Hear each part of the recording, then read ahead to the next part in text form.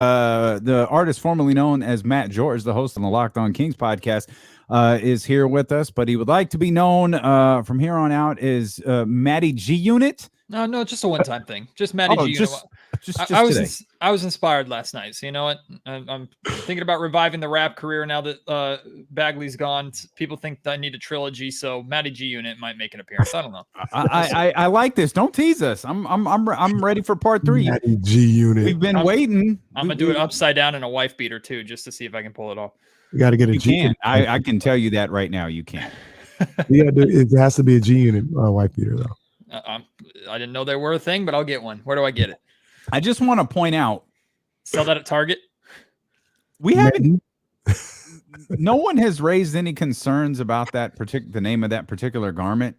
No, I've never liked calling it that, but that's what it's called. So, okay. It's a weird world we live in. Wait a minute. Did I say the term that you can't use no more? I try not to use it, but it's just engraved in I usually say tank top now. You did, and this follows you making reference to a particular R&B singer last night on Sports Sunday, which we no longer talk about. So you're having a rough 24 hours here, pal. You need to get reacquainted with the culture here in 2022. The G Unit tank top. As Matt George and D'Lo and KC, and I think Kings fans all across the world have gotten reacquainted with their love of basketball over the course of the last couple of days. What a difference a week makes, Matt. And what sticks out the most to you in the last 2 games when we've seen Sabonis out there and some of the guys that we haven't?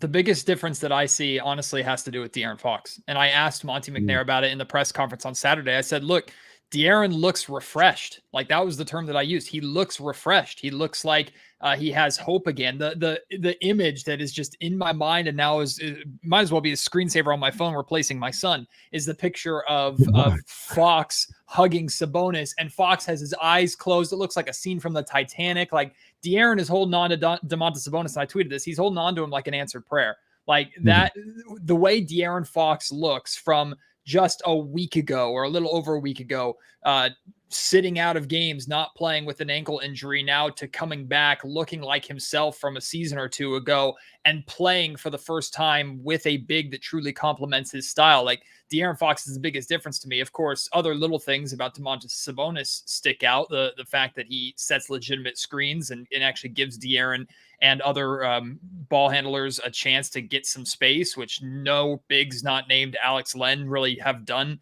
for the Sacramento Kings over the last handful of seasons. His passing ability is, of course, something that we love here in Sacramento, with ode to Vlade Divac and Chris Webber and the way they played and how much that has opened the game, not just for Fox, but I mean, Chimezie Metu feasted off of it in the first quarter of the Timberwolves game. Harrison Barnes is feasting off of it. He looks great. He's back to averaging over 20 points a game. At least in recent, everybody's benefiting from playing with Domantas Sabonis. So Fox is the biggest difference to me, but Sabonis has fit in so seamlessly. It makes me excited for when this unit is comfortable playing together and doesn't have to think, can just react playing together. I want to kind of follow up on that a little bit, Matty G Unit. What do you attribute most to the way you've seen Fox rejuvenated? Is it a schematic thing with, in strategy with having Sabonis and those other guys out there?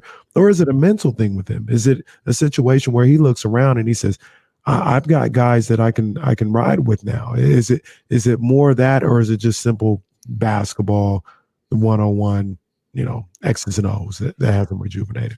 If I had to pick between the two, Kenny, I'd pick the latter, but I think it is a lot of both. But I mean, I think just the fact that De'Aaron can now say that he is playing with an all-star. He has a front court partner that he has not had at any point in his career. Domantas Sabonis is, for De'Aaron Fox, what Marvin Bagley was supposed to be, or what the Kings hoped Marvin Bagley would be when they selected him number 2 overall. And of course, that's been a colossal failure. And I think it's ridiculous to even hint at the idea that it was Tyrese Halliburton's fault that De'Aaron Fox is struggling. And I haven't seen anybody say that. I'm just saying it's absurd to even consider that. However, I think it is very fair to say that that De'Aaron fits better in a system where he can play with a passing big as skilled as Sabonis, to where he doesn't have to be the floor general as a scoring point guard. He can be himself. He can cut to the basket. Sabonis will find him. He'll run off of Sabonis screens and get himself downhill. De'Aaron looks like he's able to play free and naturally, and he's not trying to fit, which is what I think both Fox and Halliburton did for the majority of the season. One of the two at any given time was trying to fit with the other, and I just didn't think it worked. Maybe it could have worked, but compared to what we're seeing right now, a 2-game sample size is not nearly enough. I get it, but in 2 games, we've seen Fox look more comfortable with Sabonis than he did in a season and a half, roughly, with Tyrese Halliburton. I don't think that's a coincidence. Do you think it's because of where they are on the floor? Like Kenny and I were talking about the talent being loaded in the backcourt. Now you've got talent spread out a little bit with the backcourt and the front court, and that seems to have opened things up a little bit, not only for Harrison Barnes, but as my partner Mark mentioned earlier, Mo Harkless as well. Yeah, I think a branch of that, D'Lo, is it's because there's so much attention that you have to pay to Domantas Sabonis. Because if he gets the ball top of the key, low block at the elbow, he's a threat to score at all times.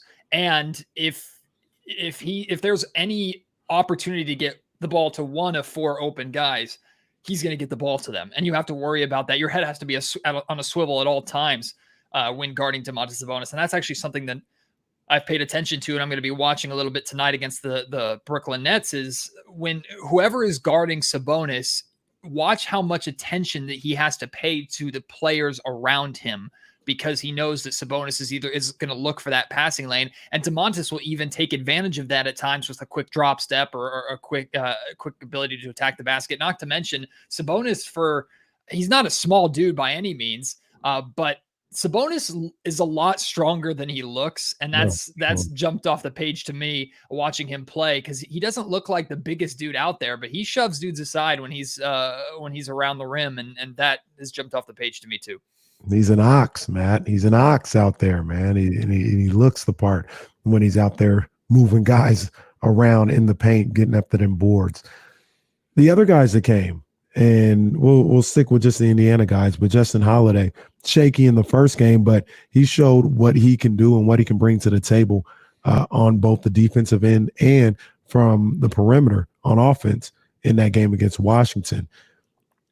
Is that another? I mentioned it earlier about how De'Aaron Fox has a guy like Justin Holiday in that backcourt who can defend, the other team's scoring guard, or, he can kick it to him and he can create, hit a 3 and things of that nature.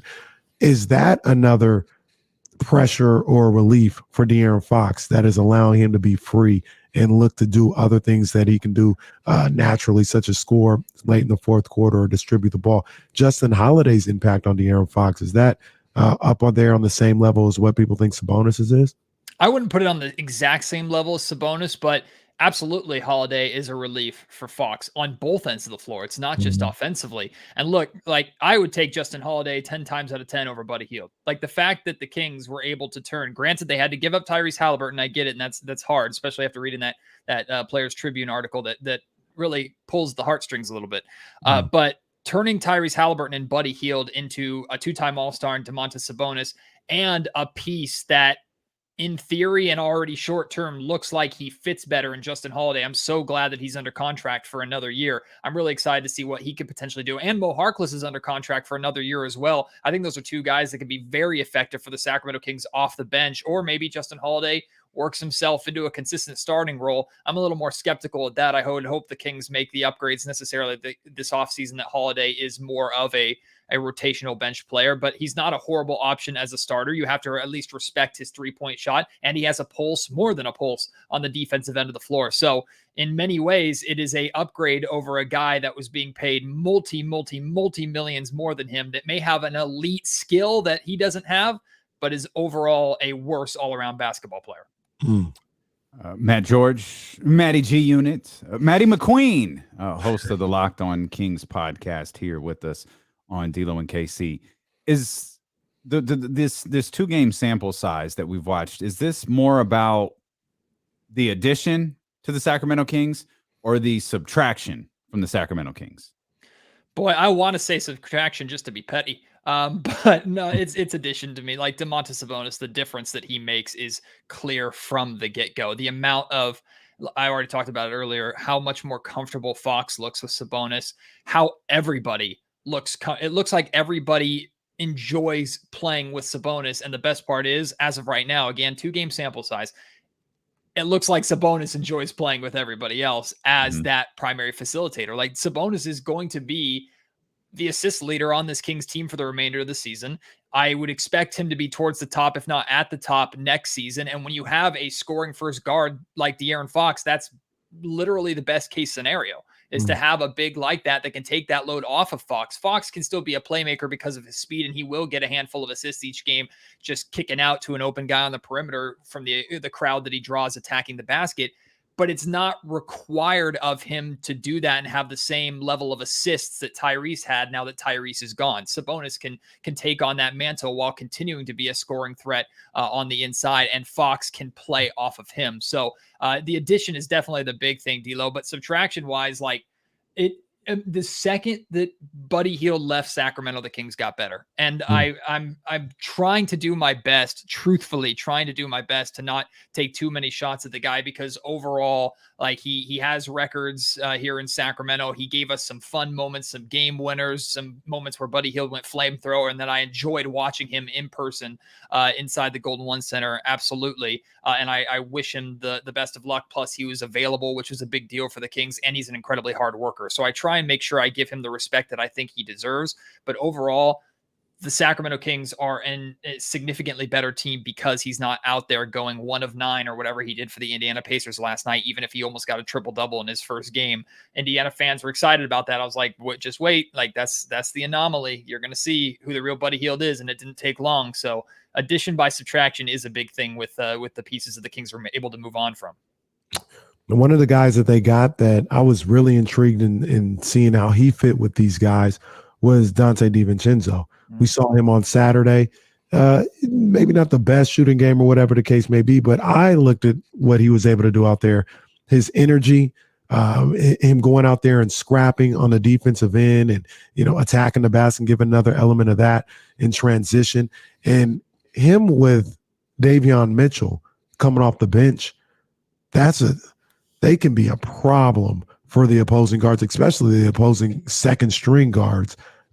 When they come in there and start to get after it on the defensive end. I like what I saw from Dante. What'd you think about him in his first game with the Kings? Y'all, imagine if I had told you a week ago on Monday, 3 days before the deadline, that the Sacramento Kings would trade Marvin Bagley without trading draft picks and get the best player in that trade. Like, imagine if I had told you that. We all would have laughed. Like, how in the world did Monty McNair turn Marvin Bagley into Dante DiVincenzo, who the Bucks just basically dumped? And I kind of get why, because he's coming off the injury and they have more important things to worry about there in Milwaukee. That wasn't why. Well, Milwaukee was like, "Hey, Monty, my bad. Yeah, we got to repay you a little bit. I got you, bro. Here you go. Here's Dante DiVincenzo." Regardless, the other thing about that is timing is everything, because I just saw something right now that Pat Connaughton is going to be out for a month. Right. If he got hurt last week, I don't think this trade goes down. Maybe. Look, Monty, we owe you. It's just not right now. We'll get you later. Let me get you next time around, Monty. Yeah. Well, I mean, I never in a million years would have thought that the Kings would be able to turn Marvin Bagley into Dante DiVincenzo, even if he maybe isn't as valuable today as he was in that Bogdanovic sign and trade because of the injuries, and he doesn't quite have the same bounce or whatever. Doesn't matter. And I honestly didn't care that Dante, I think he went 1 of 7 from 3-point range. Like, we're used to watching a guy, buddy, I'm taking shots again. Here we go. We're used to watching a guy go 1 of 9, 1 of 11, 2 of 10 from 3-point range and not play a lick of defense. I watched Dante DiVincenzo go 1 of 7 and play hard on the defensive end, and I didn't give a what. Like, I'm cool with it. Like, I would rather see him hit a few more or maybe take a few yet less. But what I didn't see Dante DiVincenzo. Well, he also had 5 assists and no turnovers. Exactly. And he wasn't forcing a shot. He didn't force it. He took open shots because Sabonis or Fox, or they found him on the perimeter because he is spacing the floor. He took shots in rhythm. He didn't force anything. And the Kings aren't looking at him as a kingpin on the offense like either they looked at Buddy or Buddy wanted them to look at him. So DiVincenzo, can the Kings hopefully get better shooting percentages out of him? Absolutely. But if Dante DiVincenzo is going to go 1 of 7 and be that pest that he was alongside Davion Mitchell, who is just as pesty defensively, you know what? I'll live with it, especially when it only costed Marvin Bagley to get.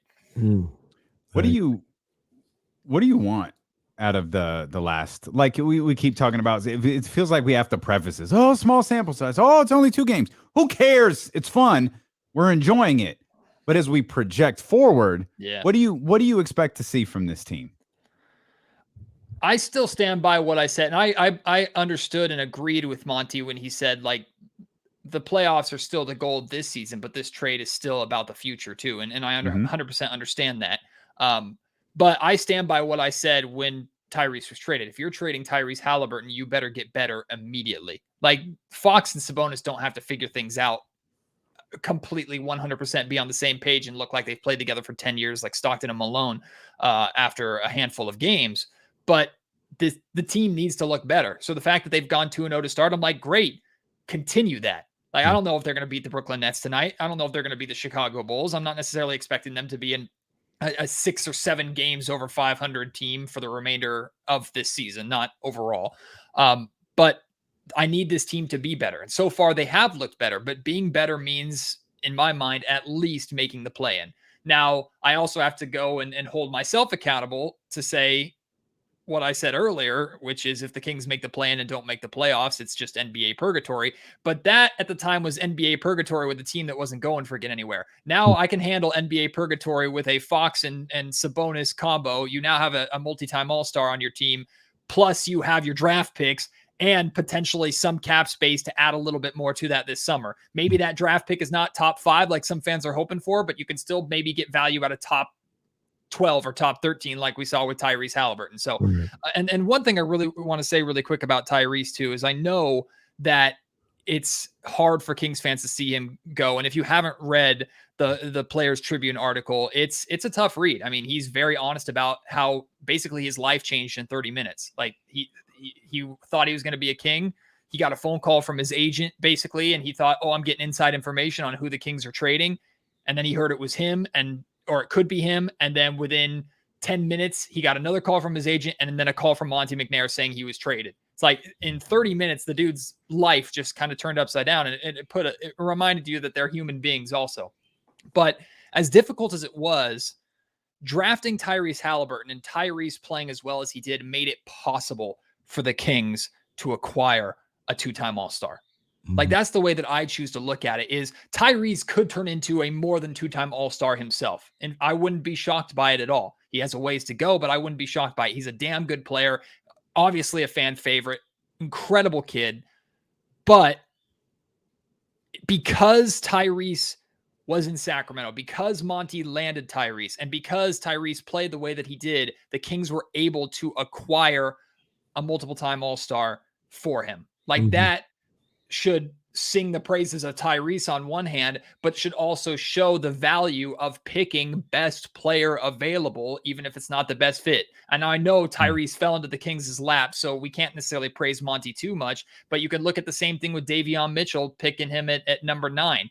Davion is fine right now. Who knows what he's going to be, but you picked best player available. You moved on from Tyrese, and you still have this ball handler guard that can provide something off the bench. So I love what Monty did, and I'm very thankful to Tyrese for turning into a player good enough for the Kings to land an all-star and pull off the biggest trade in their history.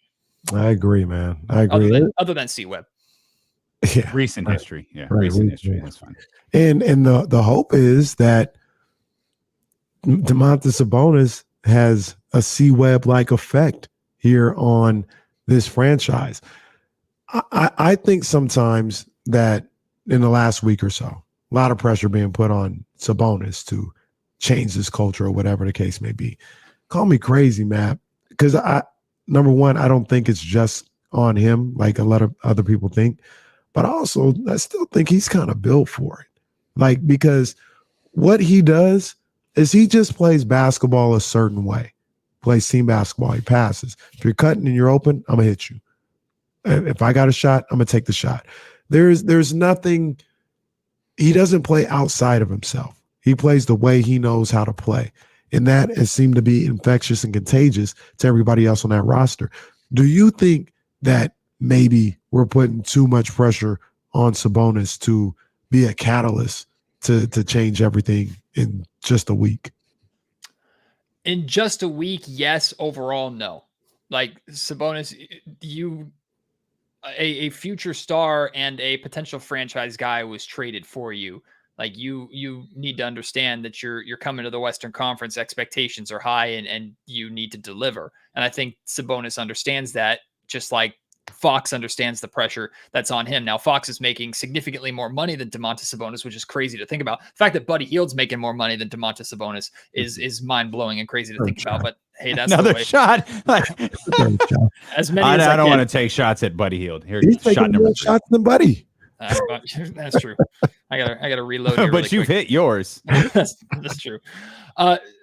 So I think the pressure on Sabonis overall is appropriate. And Casey, going back to your point of the kind of basketball that he plays, Sabonis just plays sound, fundamental basketball. He executes basic offensive fundamentals and defensive too, but mainly offensive fundamentals that this former regime couldn't really pull off consistently or wrap their heads around. Not that they weren't smart enough. I'm not saying Tyrese Halliburton wasn't smart enough. In fact, Tyrese was the only reason why the Kings and that former regime were even able to pull off some basic fundamentals on the offensive end.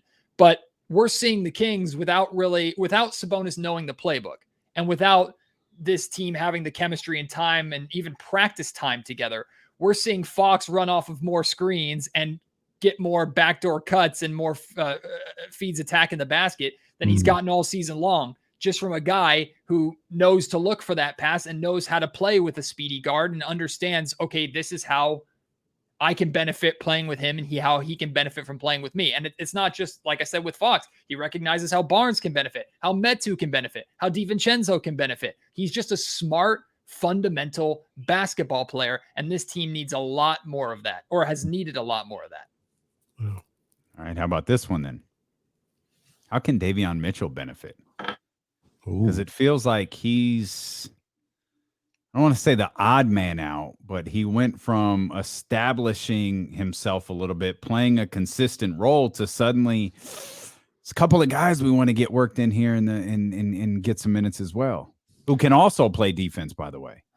Yeah, I still think that Davion can be a better offensive version of Tony Allen. Like, I really think that's something that he can be for this Kings team. And people forget how important Tony Allen wasn't the sexiest name on the planet in Memphis because he didn't have much of an offensive game, but Tony Allen was a hound defensively. And he was so much of a major reason, like the grit and grind era in Memphis. You think of, I'm sorry? The grind father. That's Yeah, the grit and grind. You think Zebo and you think Marc Gasol and maybe even Rudy Gay and Mike Conley. But I mean, I'd argue that a ton of the grit and grind, like you said, the grind father came from Tony Allen. And that's something that I can see Davion Mitchell being with a more refined offensive game, something that he showed off while Fox was out playing alongside Tyrese Halliburton. If Davion can continue to work on that shot and get it into the high 30s from 3-point percentage consistently for his career, he showed that he has speed, so he wants to get out and run in transition. He actually surprised me recently with the speed that he's shown in transition. So if you have him come into the game while Fox is out, you don't have to slow the ball down in his hands. Plus, he's a guy that also looks like for that mid-range shot. So I'm not saying Mitchell is going to fill Fox's shoes when Fox isn't in the game, but the Kings don't have to have a significant drop-off when Fox goes out because of Davion Mitchell. That's where I think his role is. At least that's what makes the most sense to me right now until he proves maybe capable of more. It's Matt George, host of the Locked On Kings podcast, with us here every Monday. His bird joined us today as well. What's your bird's name again? Sport. Of course it is. Of course it is. Matt George. Check out the Locked On Kings podcast. Check out the Locked On Kings podcast YouTube channel as well. Matt, we always appreciate